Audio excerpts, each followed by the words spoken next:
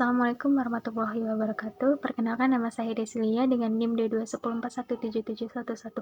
Guna memenuhi tugas mata kuliah Supply Chain Management oleh Pak Adi Mursalin SEMM, di sini saya akan sedikit menjawab soal dari UTS tersebut. Teman-teman bisa cek link di deskripsi box atau klik bagian pojok kanan atas. Di situ saya akan memberikan link-link jawaban yang saya gunakan dalam menjawab pertanyaan dari soal UTS. Berikut videonya.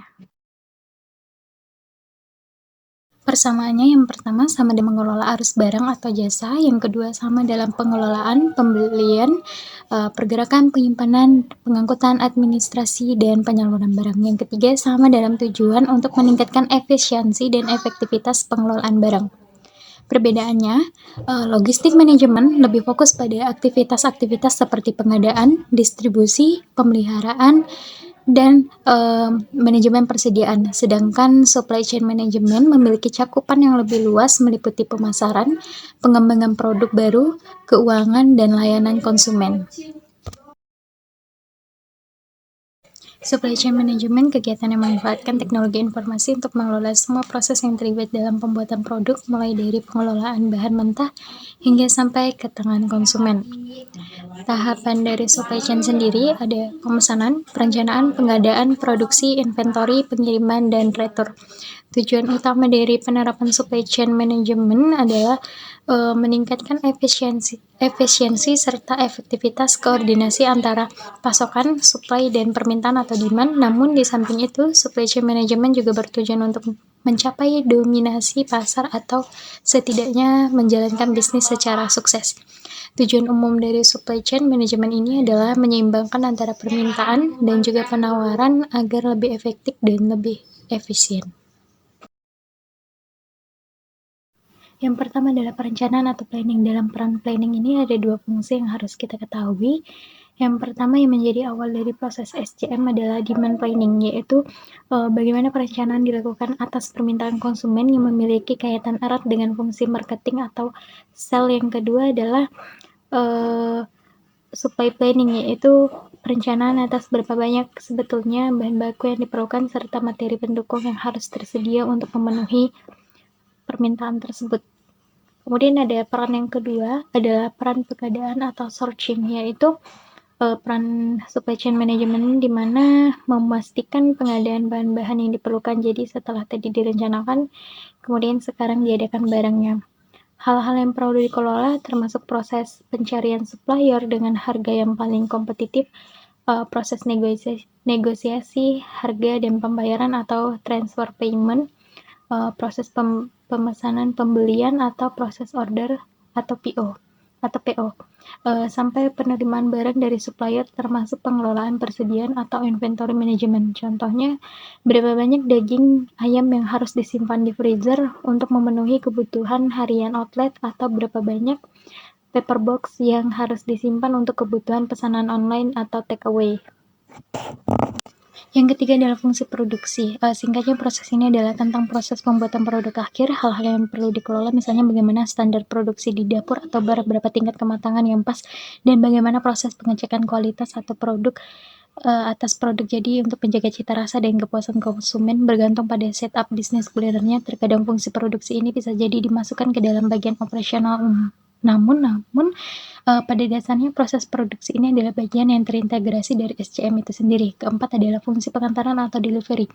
Peran terakhir SCM yang juga sama pentingnya adalah pengantaran atau delivery. Untuk bisnis kuliner yang baru memiliki satu cabang, bisa jadi hal ini belum terlalu relevan, tapi untuk bisnis yang sudah memiliki beberapa atau banyak cabang, fungsi ini harus diperhatikan dengan baik. Misalnya jika kita memiliki central kitchen atau ghost kitchen, sehingga harus mengirimkan produk ke cabang-cabang tersebut, baik dalam bentuk jadi ataupun setengah jadi. Frekuensi pengiriman, moda transport, dan biaya transport harus direncanakan dengan baik sehingga distribusi produk dapat dilakukan dengan optimal.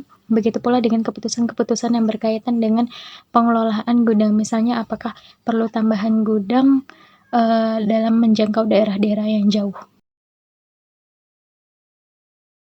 Supply chain management terkait dengan seluruh aktivitas yang terlibat dalam pengadaan dan penggunaan dari sebuah produk atau jasa.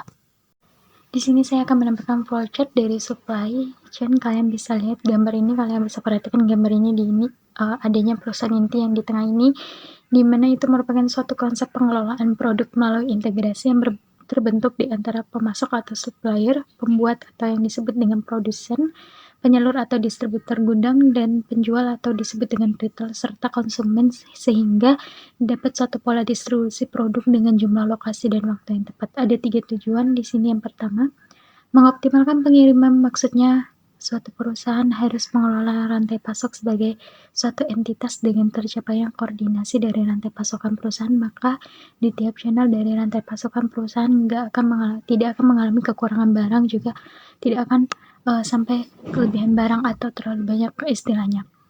Yang kedua, untuk meminimalkan ongkos. Di sini tujuan dari manajemen rantai pasok adalah untuk mencapai biaya minimum atau paling sedikit dan tingkat pelayanan yang maksimum. Dan terakhir, tujuan yang ketiga yaitu meningkatkan pelayanan. Manajemen rantai pasok mempertimbangkan suatu fasilitas yang berpengaruh terhadap produk yang dihasilkan dan biaya yang diperlukan dalam memenuhi kebutuhan konsumen, sehingga bisa meningkatkan kualitas pelayanan konsumen. Yang pertama yaitu produksi. Di bidang ini ada beberapa pertanyaan yang harus bisa dijawab atau bisa diselesaikan dengan yang pertama, produk apa sih yang diinginkan pasar, kemudian berapa banyak yang harus diproduksi, dan kapan kegiatan dan kapan. Berikutnya, kegiatan ini termasuk penciptaan jadwal produksi induk yang terkait dengan kapasitas produksi, penyimpangan, dan penjadwalan kontrol kualitas dan pemeliharaan peralatan.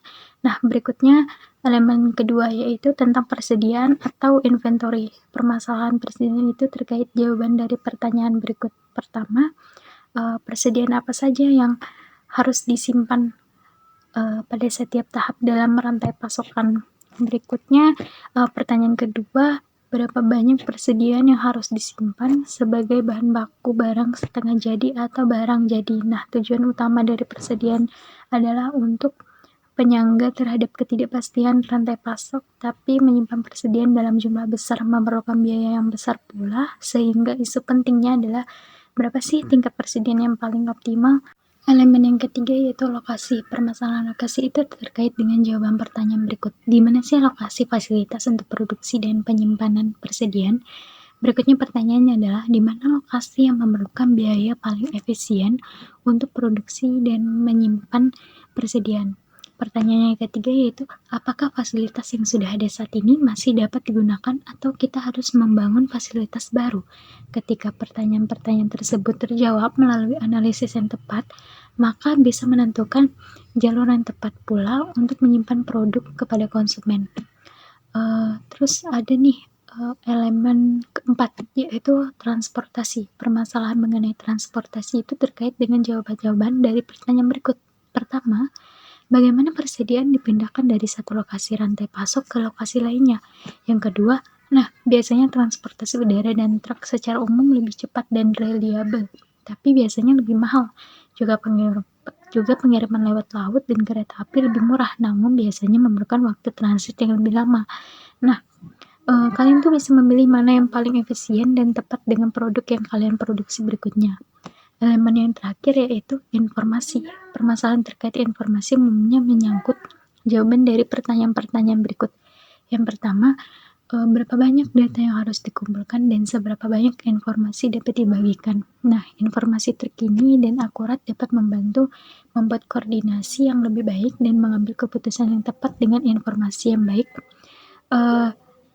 Keputusan-keputusan strategis dapat diambil, apa yang akan diproduksi dan berapa banyak, di mana lokasi produksi, dan menyimpan persediaan, serta cara terbaik untuk memindahkannya. Nah, itulah kenapa elemen informasi sangat penting dalam supply chain management sendiri.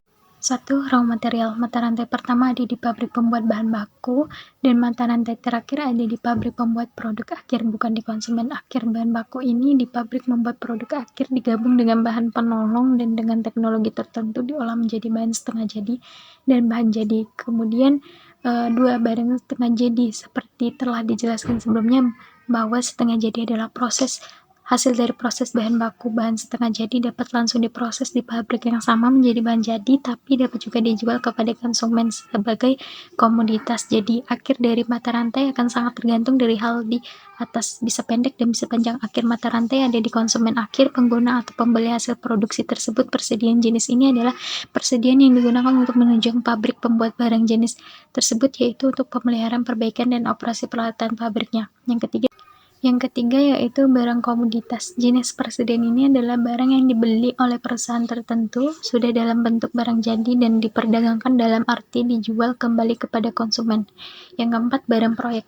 Persediaan jenis ini adalah material dan suku cadang yang digunakan untuk membangun proyek tertentu, misalnya membuat pabrik baru. Customer Relationship Management. Langkah pertama manajemen rantai pasokan itu adalah mengidentifikasi pelanggan utama atau pelanggan yang kritis dengan misi dagang perusahaan. Rencana bisnis adalah titik awal identifikasi tim pelayanan pelanggan atau customer service, biasanya membuat dan melaksanakan program-program bersama persetujuan produk dan jasa ditetapkan pada tingkat kinerja tertentu untuk memenuhi kebutuhan pelanggan. 2. Customer Service Management atau CSM. Sumber tunggal informasi pelanggan yang mengurus persetujuan produk dan jasa. Customer Service memberitahukan pelanggan informasi mengenai tanggal pengiriman dan ketersediaan produk berdasarkan informasi dari bagian produksi dan distribusi. Demand management. Proses ini harus menyeimbangkan kebutuhan pelanggan dengan kemampuan supply perusahaan, menentukan apa yang akan dibeli pelanggan dan kapan akan dibelinya. Sistem manajemen permintaan yang baik menggunakan data point of sale atau yang telah digunakan di manajemen logistik dan data pelanggan inti untuk mengurangi ketidakpastian dan aliran yang efisien melalui rantai pasokan. Yang keempat, ada customer demand fulfillment. Proses penyelesaian pesan ini secara efektif memerlukan integrasi rencana kerja antara produk distribusi dan transportasi, hubungan dengan rekan kerja, yakni antara anggota primer rantai pasokan dan anggota sekunder, diperlukan untuk memenuhi kebutuhan pelanggan dan mengurangi total biaya kirim ke pelanggan. Manufacturing Flow Management. Biasanya perusahaan memproduksi barang lalu dibawa ke bagian distribusi berdasarkan ramalan historik, artinya data penjualan sebelumnya. Produk dihasilkan untuk memenuhi jadwal produksi. Seringkali produk yang salah mengakibatkan persediaan yang tidak perlu berikutnya, meningkatkan biaya penanganan atau penyimpanan, dan mengakibatkan pengiriman produk terhambat dengan manajemen rantai pasok untuk dihasilkan berdasarkan kebutuhan pelanggan. Jadi, barang diproduksi harus fleksibel dengan kebutuhan pasar. 6.